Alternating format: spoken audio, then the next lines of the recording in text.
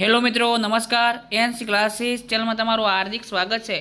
ખાસ કરીને જો તમે અમારી એનસી ક્લાસીસ ચેનલમાં નવા હોય, હજી સુધી આપણી એનસી ક્લાસીસ ચેનલને સબસ્ક્રાઈબ ન કરી હોય તો મિત્રો સબસ્ક્રાઈબ કરવાનો ભૂલતા નહીં।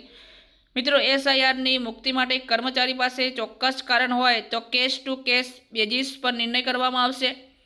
ચૂંટણી પંચને વધુ સ્ટાફ ફાળવણી, બીએલઓનું ભારણ ઘટાડવા રાજ્યોને સુપ્રીમનો આદેશ કર્યો છે કે જો સીજીઆઈ જસ્ટિસ સૂર્યકાંતે બીએલઓના કામના સંજોગો, માનસિક સ્વાસ્થ્ય માટે રાજ્ય સરકારોને જવાબદાર ઠેરવતા કહ્યું કે તમે 10,000નો સ્ટાફ તૈનાત કર્યો છે તો 30,000નો પણ એની સામે તમે કરી શકો છો ને, એવી વાત એમણે અહીંયા કરી છે।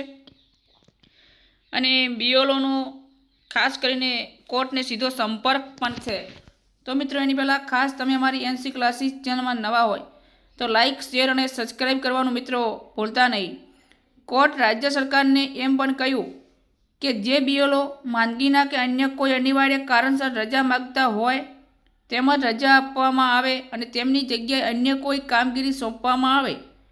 કોર્ટ બીએલઓને મોટી રાહત આપતા ઠરાવ્યું કે જો રાજ્ય સરકાર તરફથી આવી રાહત આપવામાં ન આવે તો જે તે બીએલઓ સીધો કોર્ટને સંપર્ક કરી શકે છે।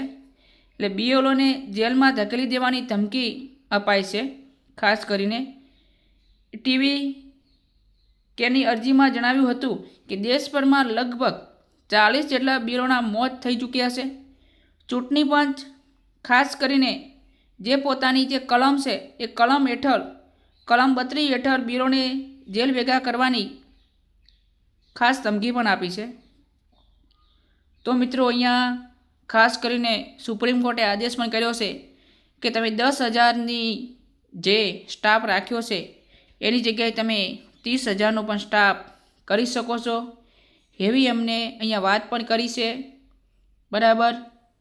તો મિત્રો, ખાસ કરીને આપણી એનસી ક્લાસીસ ચેનલમાં નવા હોય તો લાઇક, શેર અને સબસ્ક્રાઈબ કરજો। ફરી નેક્સ્ટ વિડીયોમાં મળીશું। જય હિન્દ, જય ભારત।